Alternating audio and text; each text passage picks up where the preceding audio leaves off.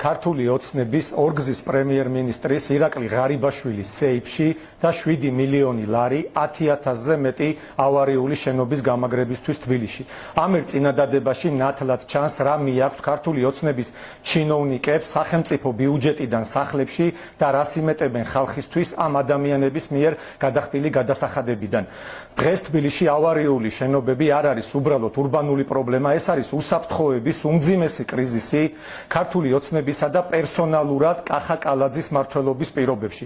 თვითონ თბილისის მერია აღიარებს, რომ თბილისში 10,000-ზე მეტი ავარიული შენობაა, რაც პირდაპირ ნიშნავს იმას, რომ ყოველდღიურად 10,000-ობით ოჯახი ცხოვრობს სიცოცხლის მოსპობის რისკის ქვეშ. ეს რისკი რომ არ არის თეორიული, ჩვენ ყველამ ერთად ვნახეთ სულ ცოტა ხნის წინ თევდორე მღვდლის ქუჩაზე სადგურის მოედნის მიმდებარედ მომხდარი ტრაგედიის დროს, როდესაც ადამიანები დაიღუპნენ.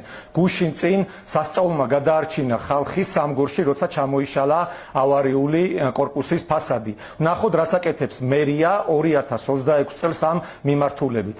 წლევანდელი ბიუჯეტი თბილისის მერიის შეადგენს 2 მილიარდ 200 მილიონ ლარს და ამ თანხიდან მხოლოდ 7 მილიონი ლარი არის გამოყოფილი ავარიული შენობების გამაგრებისთვის. ეს არის 0.4%-ზე ნაკლები. ერთი მხრივ გვაქვს 10,000 ავარიული შენობა და მეორეს მხრივ 7 მილიონი ლარი. ეს არ არის პრობლემის სისტემური გადაწყვეტა, ეს ვერ მოახდენს პრევენციას, რომ დაიცვას ადამიანების ჯანმრთელობა და სიცოცხლე. ეს არის ავარიული კორპუსების უზარმაზარ ბზარებზე იზოლაციური ლენტის დაკვრის ტოლფასი. ჩვენს კოალიციას ლელო ძლიერ საქართველოს ამ უწვევის საკრებულოს პირველივე სხდომაზე გქონდა ინიციატივა, რომ მინიმუმ 50 მილიონ ლარამდე გაგვეზარდა ავარიული შენობების გამაგრების ბიუჯეტი და შემდეგ ყოველწლიურად გაგვეორმაგებინა. თუმცა ეს ინიციატივა ქართული ოცნების წარმომადგენლების მიერ არ იყო მხარდაჭერილი. მე შემიძლია კონკრეტული რაიონების მაგალითზე, რომლებიც ამ მხრივ განსაკუთრებით ძიმე მდგომარეობაში არიან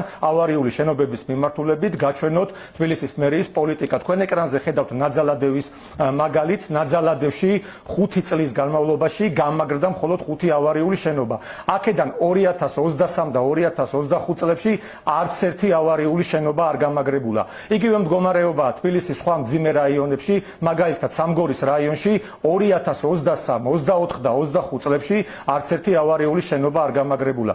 ეს არის ძალიან სერიოზული საკითხი და ჩვენ კიდევ ერთხელ მოუწოდებთ ქართული ოცნების ხელისუფლებას, რომ ყურად იღოს ჩვენი ინიციატივები და მხარი დაუჭიროს, რადგან თუ ამას არ გავაკეთებთ, ძალიან მალე გარდაულად ღმერთმა ყველა დაიფაროს, მაგრამ ეს არის კანონზომიერი შედეგი იმ პოლიტიკისა, რომელსაც ახორციელებს ქართული ოცნება.